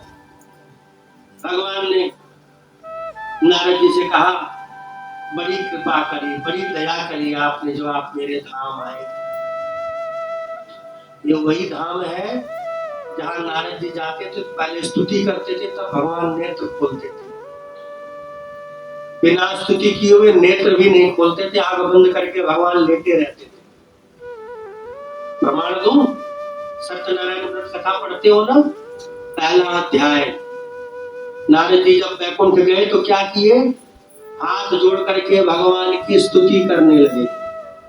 आप निर्विकार हो, निराकार हो, तीनों गुणों से परे हो। और जब भगवान की स्तुति करे तब भगवान ने उनसे पूछा कहो नारद कैसे आना? और आज वही भगवान दरवाजे पर खड़े होकर के नारद जी का वेलकम कर रहे हैं, स्वागत कर रहे हैं। नारद जी अंदर के अंदर बड़े बड़े बसे हो, दिव्य अनुभूति करते हुए भगवान ने फिर हाथ जोड़ कर कहा अच्छा नारद जी, अब तो आप बड़े संत हो गए हैं, भोलेनाथ के बराबरी कर लिए आपने, कभी हमारे यहाँ भी आते रहना, हमें भी कभी अपनी दया दृष्टि हमारे पर भी डालते रहना। एक तरह से भगवान ने कटाक्ष किया, लेकिन नारद जी ने उसे अपना बड़प्पन समझा और उसके बाद भगवान से विदा हुए और चल दिए। जिस रास्ते गए थे उसी रास्ते वापस आए, लेकिन आते समय रास्ता वही था, जाते समय भी वापस रास्ता वही है, लेकिन कुछ बदल गया। क्या? भगवान की माया। जब जाने लगे तो एक बड़ा सुंदर नगर देखा, और जैसे वो सुंदर नगर देखा, नारद जी के मन में आया कि मैं तो वैकुंठ जाता हूँ, इसी रास्ते जाता हूँ, आज तक इस नगर के ऊपर नजर क्यों नहीं पड़ी? छूट गया, चल के देखना चाहिए। हो सकता है भगवान के नाम की मस्ती में लीन रहता हूँ, इसलिए शायद नजर नहीं गई होगी, आज चल के देखता हूँ। नगर देखने चले। नगर देखने गए तो नगर के राजा थे, राजा शील निधि। वहां पहुंचे तो जो नगर था, उस नगर में राजा शील निधि की बिटिया का स्वयंवर होगा। जैसे ही नारद जी पहुंचे, नारद जी को बिठाया गया, जलपान आदि की व्यवस्था हुई। राजा शील निधि ने प्रणाम किया, फिर अपनी बिटिया को बुलाया, बिटिया से भी प्रणाम कराया, और नारद जी के आगे हाथ जोड़ करके राजा शील निधि ने निवेदन किया कि प्रभु मेरी बिटिया का स्वयंवर होना है, बताइए इसको कैसा पति प्राप्त होगा। नारद जी क्या जीत के आए थे? काम को और क्रोध को जीत, दो को जीत के आए थे। अब राजा शील निधि की जो पुत्री है, राजा ने से नारद जी ने पूछा इनका नाम क्या? बोले विश्व मोहिनी। अब विश्व मोहिनी सामने, नारद जी ने हाथ पकड़ा, हाथ देखा, और उसके बाद कहा कि तुम्हारी पुत्री का जो विवाह है वो त्रिभुवन पति से होगा, इसके स्वामी स्वयं वैकुंठवासी होंगे। हस्तरेखा देख के सच सच बताया, इनके स्वामी त्रिभुवनपति होंगे, वैकुंठवासी होंगे, स्वयं हरि ही इनके पति बनेंगे। और उसके बाद इतना बताने के बाद जब नारद जी ने विश्व मोहिनी के स्वरूप को देखा तो तुरंत उस स्वरूप को देख करके नारद जी खुद मोहित हो गए।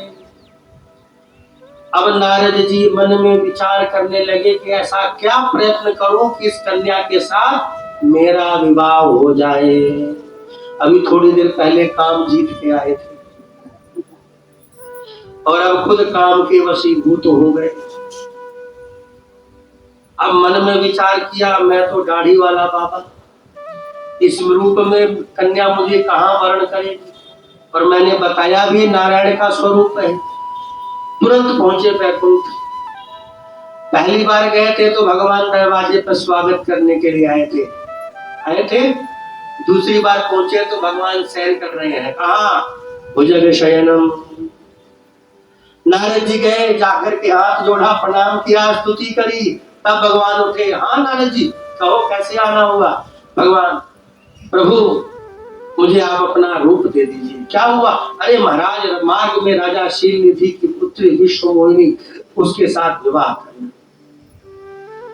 भगवान भी मन में सोचे, बस हो गई काम विजय। नारद जी से भगवान ने कहा, अरे तुम तो ब्रह्मचारी हो, भगवान का भजन करते हो। नारद जी ने वीणा उतारी, नारायण के आगे रख दिया। बोले महाराज, जब से उसका चेहरा देखा है, पूजा पाठ भजन सब बंद हो गया। ये वीणा भी नहीं बजती, रखो, ये नहीं चाहिए, सब कुछ भगवान को सौंप दिया। बोले अब तो वही चाहिए, और आप अपना स्वरूप मुझे दे दीजिए, जिससे मेरा विवाह उसके साथ हो जाए। भगवान ने कहा, ठीक है, मैं तुम्हारे को वही स्वरूप दूंगा जिससे तुम्हारा कल्याण होगा। नारद जी ने कहा, प्रभु मुझे आपका हरि रूप चाहिए।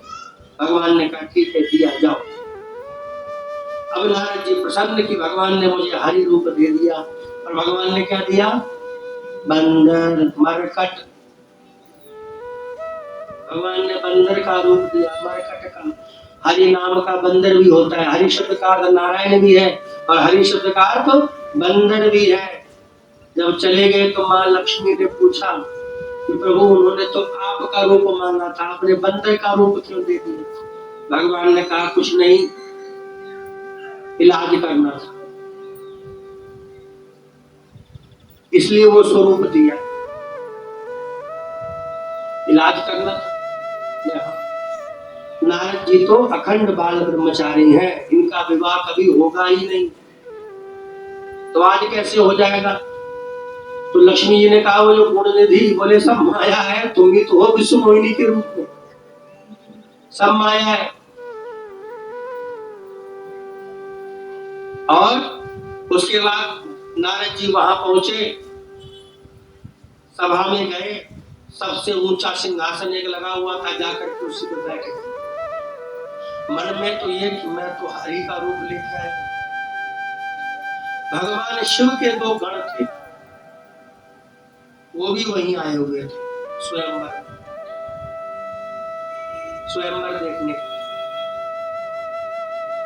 राजा शील निधि ने अपनी पुत्री को आज्ञा करी, पुत्री वरमाला लेकर के आई और राजाओं की तरफ देखने लगी। सबसे आगे नारद जी बैठे थे। नारद जी की तरफ देखा तो बंदर का स्वरूप दिखाई दिया, तो वो नीचे कर लिया, आगे चली गई। नारद जी ने सोचा शायद मुझे ठीक से देखा नहीं, उठे और अगली पंगत में जाकर के बैठे। विश्व मोहिनी जी वहां से भी निकल के गई, तो नारद जी वहां से उठे, अगली पंगत में जाकर के बैठ गए। विश्व मोहिनी पूरी परिक्रमा करके आ गई, वापिस आने लगी, तब तक देखा नारायण द्वार से अंदर आ रहे हैं। जैसे नारायण को आता हुआ देखा, विश्व मोहिनी भागती हुई गई और जो वरमाला थी नारायण के गले में डाली, और नारायण जी उनको अपने साथ लिए और वापिस चल दिए गरुड़ पर बैठ करके। बोले लक्ष्मी नारायण भगवान। अब नारद जी देखते ही रह गए। नारद जी के अंदर क्रोध बढ़ गया, गुस्सा आने लगा। इनसे ही वर मांग के लाया था, इन्हीं का रूप मांग करके आया था, इनसे मेरा विवाह देखा नहीं गया, खुद ही आए, खुद ही लेकर के वर्ण करके चले गए। नारद जी क्रोध में लाल हो रहे थे। उसी समय नारद जी की इस दशा को देख करके जो शिव के जो दो गण थे वो हंस रहे थे। उनको हंसता हुआ देख करके नारद जी का जो गुस्सा नारायण पे था, वो गुस्सा, वो क्रोध जो था वो दोनों गणों पर टूट पड़ा और कह दिया कि तुम दोनों राक्षस हो जाओ, और एक दो नहीं 3 जन्म के राक्षस बन जाओ। नारद जी ने तुरंत श्राप दे दिया। जैसे श्राप दिया, दोनों गण जो थे वो तुरंत नारद जी के चरणों में गिर पड़े। प्रभु हमारे ऊपर गुस्सा क्यों? हमने आपका क्या बिगाड़ा? आपने राक्षस होने का श्राप दे दिया। नारद जी ने कहा तो जो मुंह से निकल गया वो तो निकल गया, राक्षस तो बनोगे। बोले महाराज हमारी गलती क्या है? आप खुद अपना चेहरा देखो ना, आप क्या बन के घूम रहे हो। कोई भी देखेगा तो हंसेगा आपको। नारद जी ने सरोवर में अपना चेहरा देखा तो जल में जब चेहरा देखा तो सच में बंदर का चेहरा।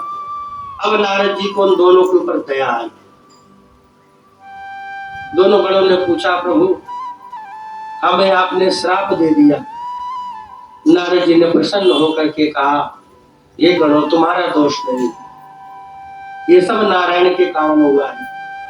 जितने जन्म लोगे उतने जन्म यही नारायण आकर के तुम्हारा उद्धार करेंगे।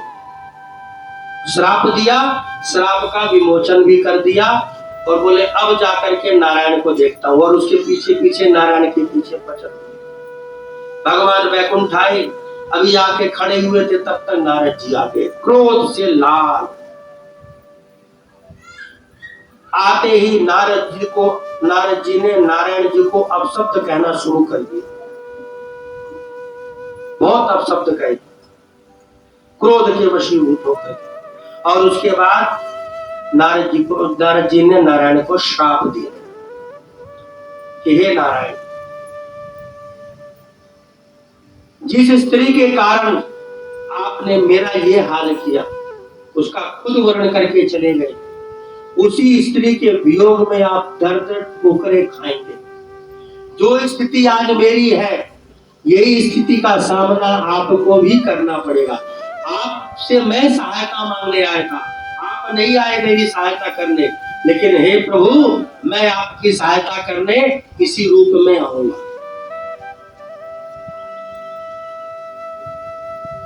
परम स्वतंत्र सिर पर कोई भावई मनई करहु तुम सोई। हे ईश्वर तुम परम स्वतंत्र हो, तुम्हारे ऊपर कोई है नहीं। भगवान के ऊपर कौन है?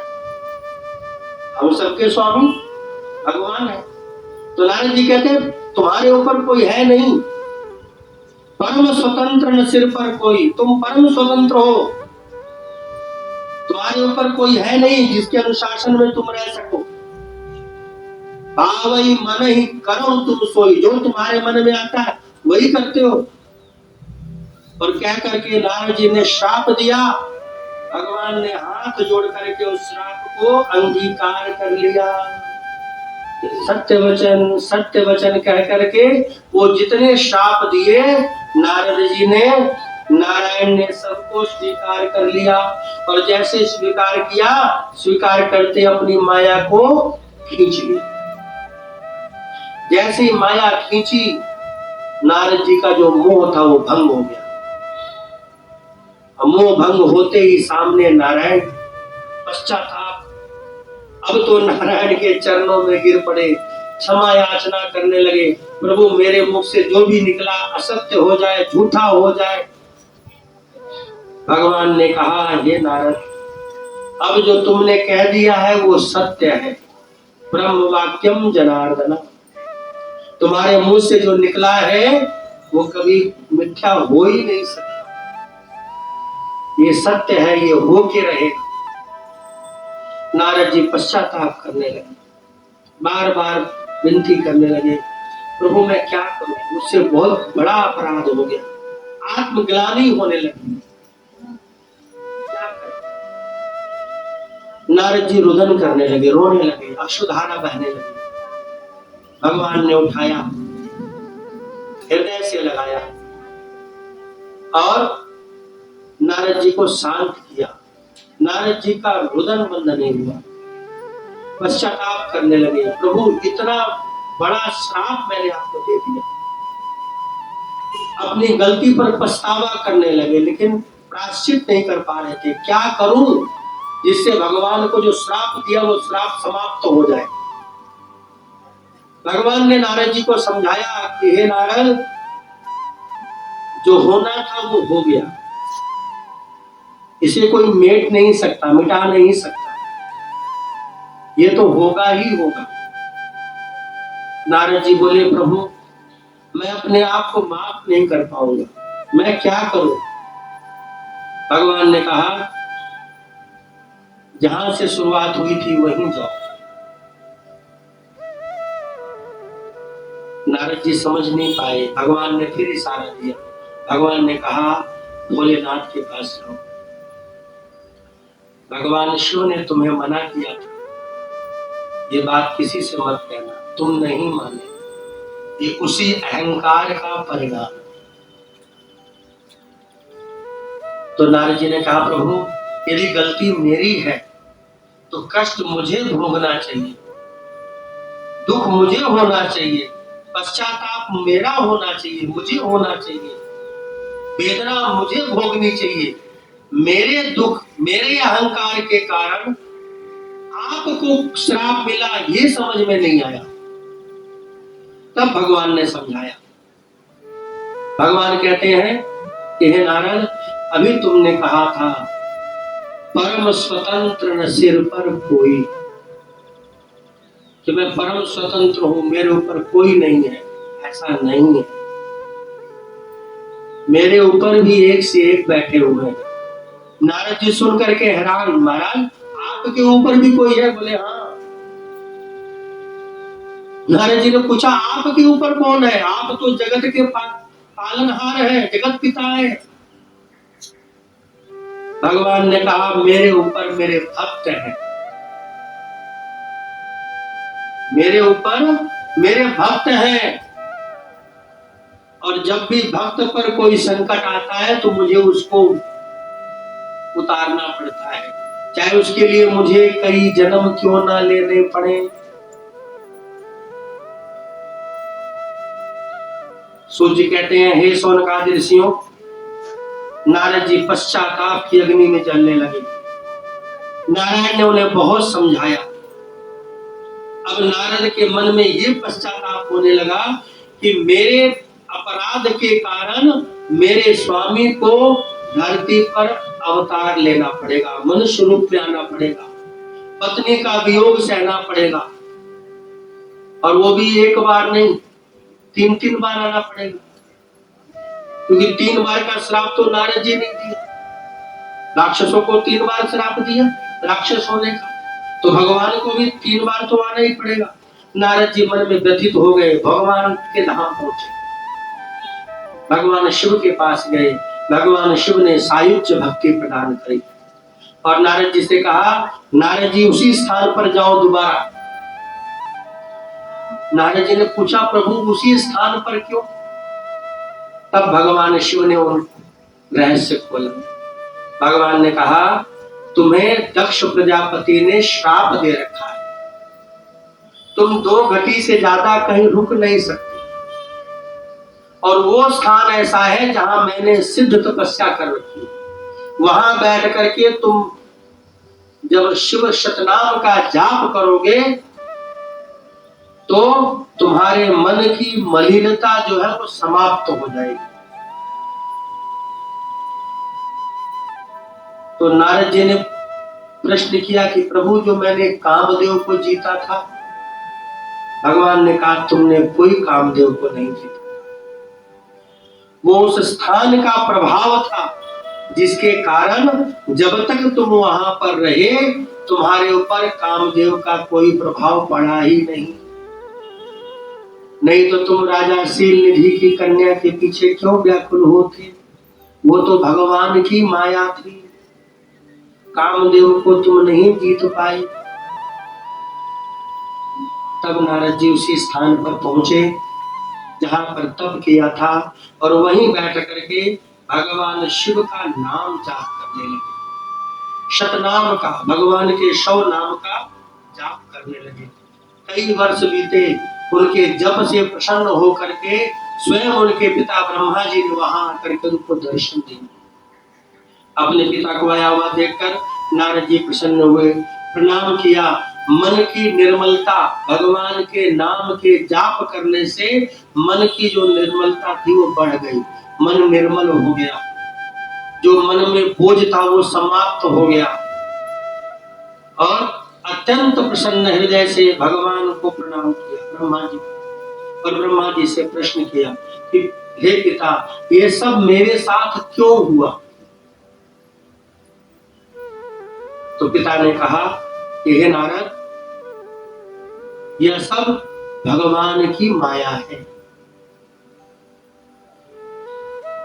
इस संसार में जो भी जीव पैदा होता है सब के सब भगवान की माया के वशीभूत होते हैं। इस संसार में ऐसा कोई नहीं है जिसको भगवान की माया वशीभूत न कर सके। आज तक कोई ऐसा पैदा नहीं, कोई नहीं हुआ। चाहे साधु हो, संत हो, महात्मा हो, बालक हो, वृद्ध हो, योगी, जति, स्त्री, पुरुष, कोई भी इस संसार में आज तक ऐसा कोई पैदा नहीं हुआ जिसको माया ने वशीभूत नहीं किया। सब के सब कहीं न कहीं किसी न किसी रूप में माया के वशीभूत होते ही होते हैं। तो ब्रह्मा जी से नारद जी ने प्रश्न किया कि माया से बचने का क्या उपाय है? बोले हरि शरणम, हरि शरणम। यदि माया से बचना है तो भगवान की शरण में रहो। भगवान की शरण में रहने से माया से बचे रहोगे, क्योंकि भगवान और भगवान की माया सब जगह व्याप्त है। लेकिन यदि भगवान रहेंगे तो भगवान की माया दूर हो जाएगी, उसका असर आपके ऊपर नहीं होगा। यही नारद जी प्रसंग याद आया, सुनाता हूं। एक बार द्वारकाधीश गए। द्वारकाधीश के राजा कौन है? भगवान कृष्ण। नारद जी उनसे मिलने गए। नारद जी को आया देख करके भगवान कृष्ण बड़े प्रसन्न हुए। भक्त मिलने आया है, आदर सत्कार किया। पूछा नारद जी से कैसे आना हुआ? नारद जी ने कहा, प्रभु आपकी माया के बारे में बहुत सुना है, आज मैं आपकी माया देखने आया हूं, मुझे आप अपनी माया दिखाओ। नारद जी की बात सुनकर के भगवान कृष्ण जोर जोर से हंसने लगे। बोले अरे नारद जी, आप तो देव ऋषि नारद हैं, संत हैं, महात्मा हैं। ये माया गृहस्थियों के लिए होती है, जो परिवार वाले होते हैं उनके लिए होती है। आप तो विरक्त हैं, संत हैं। संत महात्माओं को भगवान की माया व्याप्त नहीं होती, वो लोग माया से दूर रहते हैं। नारद जी जिद कर बैठे, आज तो आपकी माया ही देखनी है, आज आप मुझे अपनी माया दिखाओ, आज आपकी माया देख के जाऊंगा। भगवान ने नारद जी का हाथ पकड़ा और अपने राज भवन से बाहर निकलते हुए आ गए। चलते चलते बात करते हुए चलते चलते राजभवन से, नगर से बाहर आ गए। बार बार भगवान को समझाते रहे कि आप तो संत हैं, शिरोमणि हैं, हमेशा भगवान के भक्तों का भला करते हैं, आपको माया कहाँ व्याप्त होगी, आप माया ज्ञान करके क्या करोगे? और नारद जी बार बार एक ही प्रश्न, मुझे आपकी माया देखनी है। भगवान चर्चा करते करते, वार्तालाप करते करते नारद जी का हाथ पकड़े पकड़े द्वारका से निकले और द्वारका से बाहर आते ही अपनी माया फैला दी और नारद जी को पता नहीं। और माया वैसी फैलाई कि द्वारका से बाहर निकलते ही मरुस्थल में पहुंच गए। रेत के टीले, रेत ही रेत, जहां नजर जाए चारों तरफ रेत ही रेत दिखाई दे रही है। अंत में भगवान ने माया जब फैला दी तो नारद जी से कहते हैं, अरे नारद जी कहाँ तुम भी बात को लेकर के बैठ गए, बताओ कहाँ आ गए हम लोग चलते चलते। और कहते हुए भगवान ने खरास करी, खांसी करी और जैसे कोई शब्द भगवान के गले में अटक गया हो। भगवान ने कहा बहुत जोर से खराश हो रही है, नारद जी देखना कहीं जल की व्यवस्था हो तो थोड़ा सा पीने के लिए जल ला दो। भगवान की माया हो चुकी है प्रारंभ, और नारद जी तो अपनी धुन में मस्त। नारद जी ने देखा भगवान परेशान हो रहे हैं, बोले अभी देखता हूं प्रभु, यहाँ आसपास कहीं जल होगा। अगर नारद जी को माया नहीं व्यापी होती तो नारद जी कहते प्रभु आप जगत के मालिक हैं, जिसका नाम लेने से भवरोग दूर हो जाता है, वो रोग से ग्रसित हो सकता है, आपको खराश आ सकती है। लेकिन माया का पर्दा पड़ चुका था नारद जी के ऊपर। बोले महाराज आप एक अभी रुकिए, मैं जल लेकर के आता हूँ। भागते हुए टीले पर गए, चढ़ के देखा तो दूर एक गांव दिखाई दिया। बोले महाराज आप रुको, मैं गया और जल लेकर के आया। कह के भागते हुए जल लेने गए। कहाँ गए? जो माया का एक नगर दिखाई दिया, एक गांव दिखाई दिया, गांव में घुस गए। जब गांव में प्रवेश किया अंदर, तो गांव में देखा अंदर एक कुआं है। कुएं के ऊपर एक औरत मटके में पानी निकाल रही है। पहले रस्सी से खींच के पानी निकालते थे, अब तो बटन सिस्टम है, दबाव आ जाएगा। पहले कुएं से पानी निकाला जाता था रस्सी के जरिए। तो रस्सी से पानी निकालते हुए देखा, नारद जी भाग करके गए और जैसे उसने मटका का जल निकाला, वहां पहुंच गए। तब तक तो जल लेने आए थे, किसके लिए? भगवान के लिए। और जैसे उस मटके को और मटके वाली को देखा, खुद को प्यास लग गई। जल लेने आए थे भगवान के लिए, प्यास खुद को लग गई और जाकर के बड़े विनम्र भाव से कहा, हे देवी मेरा गला रुंध गया है, थोड़ा जल पिलाओगी? उन्होंने तुरंत जल पिलाया।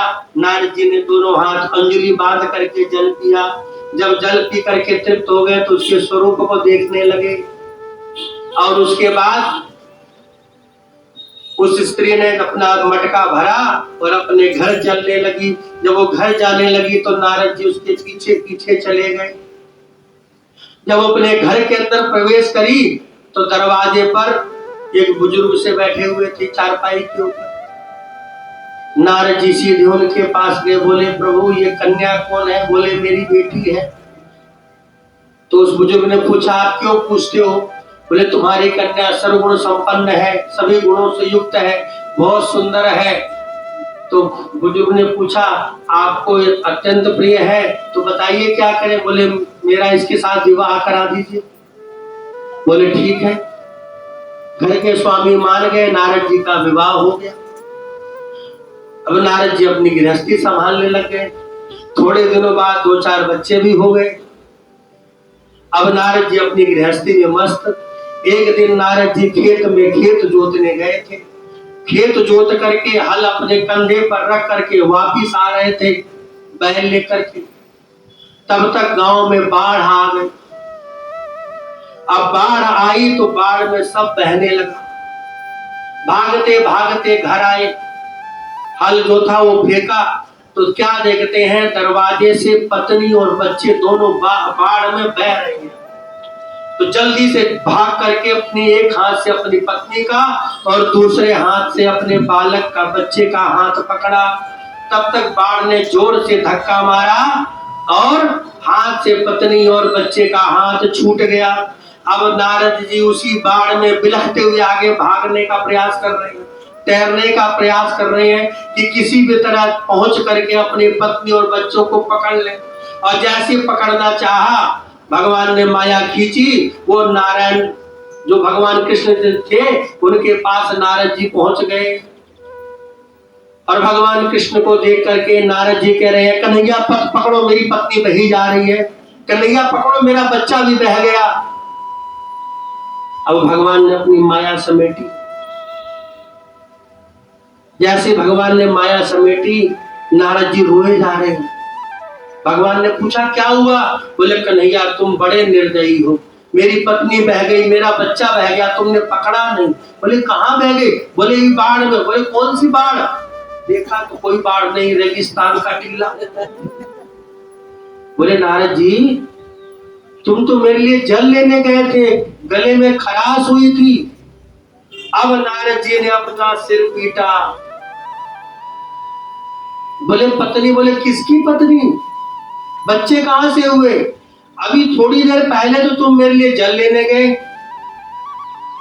नारद जी का सिर चकरा गया। नारायण के भगवान कृष्ण के चरणों में बैठ गए। बोले प्रभु आज आपकी माया देख ली, आज के बाद कभी मत दिखाना, ऐसी माया नहीं देखनी। तो ये भगवान की माया है। सबहि नचावत राम गोसाई। भगवान की माया से कोई नहीं बचा।